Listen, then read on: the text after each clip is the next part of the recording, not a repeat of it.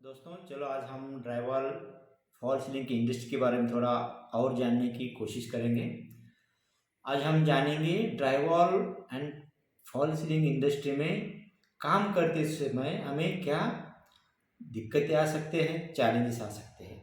हम इसको दिक्कतें या चैलेंजेस कहने के बजाय हम ये भी बोल सकते हैं कि काम करते समय हमें किस प्रकार से आगे जाना है, जो छोटे मोटे प्रॉब्लम्स है उसको हम कैसे सॉल्व करना है, तो उसके बारे में जानेंगे।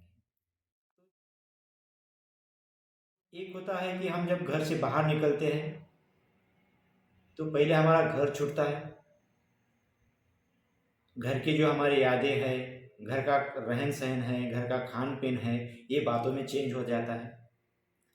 जब हम साइट पे जाएंगे तो साइट का जो वातावरण होता है, एटमॉस्फेयर होता है, वो एक नया कंस्ट्रक्शन निर्माण का जगह होता है जहाँ पे आपको बड़े प्रमाण में कंस्ट्रक्शन चल रहा है।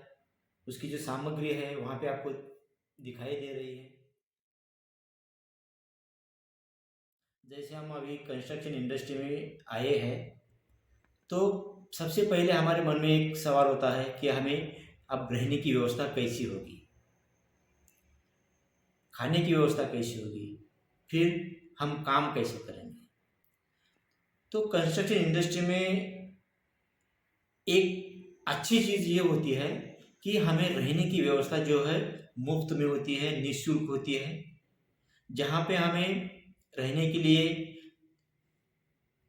वहाँ का जो साइट है उसी साइट के बगल में या उसी साइट पे जहाँ पे लेबर कॉलोनी बनी है, यहाँ आपको एक टीन का सेट जैसा रूम मिलेगा जहाँ पे हम रुक सकते हैं। कहीं कहीं जगह पे हमें जो काम चल रहा है उस बिल्डिंग में अगर रहने की व्यवस्था नहीं है तो हमारे जो कॉन्ट्रैक्टर्स उसी एरिया में 1 किलोमीटर 1.5 किलोमीटर के अंतर पे एक रूम लेते हैं। जैसे कि आप जानते हो कि आप कहीं शहर में जाते हो तो एक सिंपल सा रूम हम रेंट पे लेते हैं, किराए पे लेते हैं और उस रूम में हम रहते हैं। तो उसी प्रकार से वहाँ पे रहने की व्यवस्था की जाएगी। उसके बाद खाने का, ज़्यादातर कॉन्ट्रैक्टर्स जो है आपको खाना जो है प्रोवाइड करने की कोशिश करेंगे। वो खुद हमें खाना दे देंगे, बना बनाया खाना देंगे। अगर हमें खाना पसंद नहीं है या फिर हम वो जो खाना दे रहे हैं, हम अगर खाना नहीं खाना चाहते हैं तो हमें खुद खाना बनाना चाहिए। साइड पे आप लोगों को खाना बनाने की व्यवस्था खुद करनी होगी। जैसे कि गैस है, बर्तन है, ये सारी चीज़ें हमें लेना है और जिस रूम में हमें रहने की व्यवस्था की है वहाँ पे हमें खाना बना के खाना है। तो ऐसी छोटी छोटी चैलेंजेस होते हैं, जैसे कि हम घर में कभी खाना नहीं बनाते हैं तो बाहर जाएंगे तो हमें खाना बनाना पड़ेगा। जिस रूम में हम रहते हैं वो रूम की साफ सफाई हमें करना होता है। फिर उसके बाद हमें समय पे काम पे जाना होता है, क्योंकि हम गांव में रहते हैं तो हमें कोई ऐसा फिक्स समय नहीं होता है कि ये टाइम में हमें ये करना है, पाबंदी नहीं होती है। लेकिन जब हम काम करने के साइट पे जाएंगे तो हमें एक समय की पाबंदी होती है। जिस टाइम में वर्किंग शुरू होता है उस टाइम में हमें वहाँ पे जाना होता है, काम शुरू करना होता है और जब काम खत्म होगा तभी हम उस जगह से निकलना होता है। काम के बारे में अगर थोड़ा जानने की कोशिश करेंगे तो कंस्ट्रक्शन इंडस्ट्री में 12 घंटा काम चलता है, मिनिमम जो है 12 घंटे काम चलता है।